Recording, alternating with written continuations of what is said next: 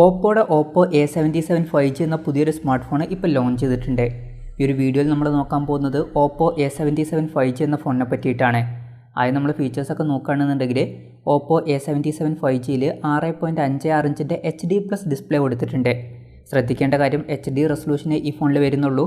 ഈ ഫോൺ ഏകദേശം 22,500 രൂപ പ്രൈസ് റേഞ്ചിലാണ് വരുന്നത്. ആ ഒരു പ്രൈസ് റേഞ്ചിൽ HD റെസൊല്യൂഷൻ മാത്രമേ വരുന്നു എന്നുള്ളത് എടുത്തു പറയേണ്ട ഒരു കംപ്ലയിൻ്റ് ആണ്.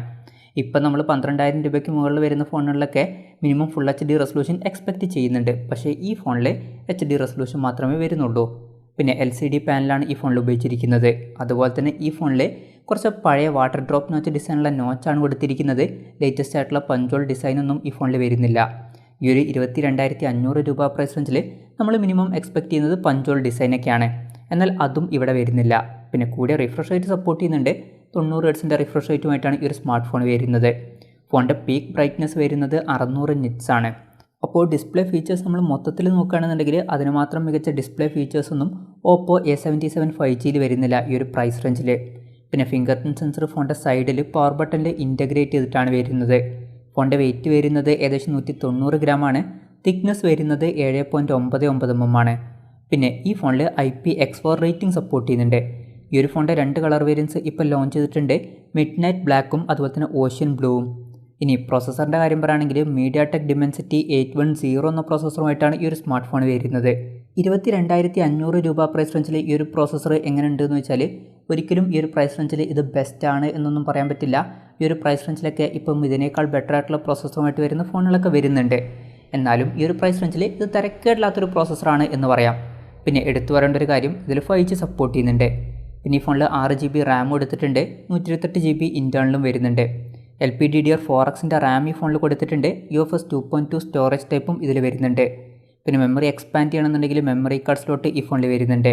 പിന്നെ റാം എക്സ്പാൻഷൻ എന്നുള്ള ഫീച്ചർ ഈ ഫോണിൽ കൊടുത്തിട്ടുണ്ട്. അതായത് എക്സ്ട്രാ റാം വേണ്ട സമയത്ത് ഇൻറ്റേർണൽ മെമ്മറിയിൽ നിന്ന് കുറച്ച് മെമ്മറി എടുത്തിട്ട് അത് റാമായിട്ട് യൂസ് ചെയ്യും. അങ്ങനെ 5GB റാം വരെ എക്സ്ട്രാ ലഭിക്കുന്നതായിരിക്കും. NFC എന്നുള്ള ഫീച്ചർ ഈ ഫോണിൽ സപ്പോർട്ട് ചെയ്യുന്നുണ്ട്. പിന്നെ 3.5mm ഓഡിയോ ജാക്ക് ഈ ഫോണിൽ കൊടുത്തിട്ടുണ്ട്. ആൻഡ്രോയിഡ് 12 ബേസ് ആയിട്ടുള്ള കളർവോയ്സ് സോഫ്റ്റ്വെയറുമായിട്ടാണ് ഈ ഒരു സ്മാർട്ട് ഫോൺ വരുന്നത്.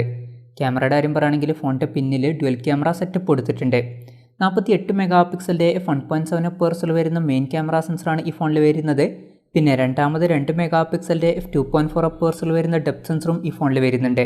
ശ്രദ്ധിക്കേണ്ട ഒരു കാര്യം എന്താണെന്ന് വെച്ചാൽ ഈ ഫോണിൽ അൾട്രാ വൈഡ് ആംഗിൾ ലെൻസ് ഒന്നും വരുന്നില്ല.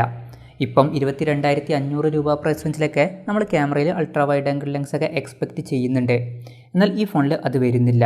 പിന്നെ സെൽഫി ക്യാമറയുടെ കാര്യം പറയുകയാണെങ്കിൽ ഫ്രണ്ടിൽ 8 മെഗാപിക്സലിൻ്റെ 2.0 പേഴ്സിൽ വരുന്ന സെൽഫി ക്യാമറ കൊടുത്തിട്ടുണ്ട്. അപ്പോൾ ക്യാമറയുടെ കാര്യത്തിൽ അതിന് മാത്രം മികച്ചൊരു ക്യാമറ സ്പെസിഫിക്കേഷൻ ഈ ഒരു പ്രൈസ് റേഞ്ചിൽ ഈ ഫോണിൽ വരുന്നില്ല. പിന്നെ ബാറ്ററിയുടെ കാര്യം പറയുകയാണെങ്കിൽ 5000 mAhൻ്റെ ബാറ്ററി ഇതിൽ കൊടുത്തിട്ടുണ്ട്. അതുപോലെ തന്നെ 33 വാട്ടിൻ്റെ ഫാസ്റ്റ് ചാർജിങ്ങും സപ്പോർട്ട് ചെയ്യുന്നുണ്ട്.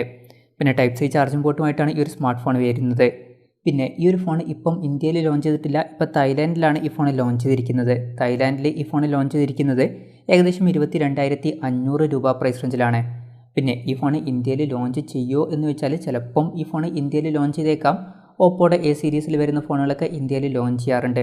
എന്തായാലും അതിനെപ്പറ്റിയിട്ടുള്ള കൺഫർമേഷൻസ് ഒന്നും ഇപ്പം പുറത്ത് വന്നിട്ടില്ല. ഓവറോൾ നോക്കുകയാണെന്നുണ്ടെങ്കിൽ എന്തായാലും 22,500 രൂപ പ്രൈസ് റേഞ്ചിന് പറ്റിയിട്ടുള്ള മികച്ച ഫീച്ചേഴ്സൊന്നും ഓപ്പോ A77 5G എന്ന ഫോണിൽ വരുന്നില്ല. ഈ ഒരു പ്രൈസ് റേഞ്ചിൽ കുറച്ച് നിരാശപ്പെടുത്തി എന്നൊക്കെ പറയേണ്ടി വരും. എന്തായാലും ഓപ്പോ A77 5G എന്ന ഫോണിനെ പറ്റിയിട്ടുള്ള നിങ്ങളുടെ അഭിപ്രായം ജസ്റ്റ് ഒന്ന് കമൻറ്റ് ചെയ്യുക. അതുപോലെ തന്നെ ഈ ഒരു ഫോൺ ഇന്ത്യയിൽ ലോഞ്ച് ചെയ്യുകയാണെന്നുണ്ടെങ്കിൽ ഏത് പ്രൈസ് റേഞ്ചിലാണ് നിങ്ങൾ എക്സ്പെക്റ്റ് ചെയ്യുന്നത് എന്നുള്ള കാര്യം കൂടി ജസ്റ്റ് ഒന്ന് കമൻറ്റ് ചെയ്യുക.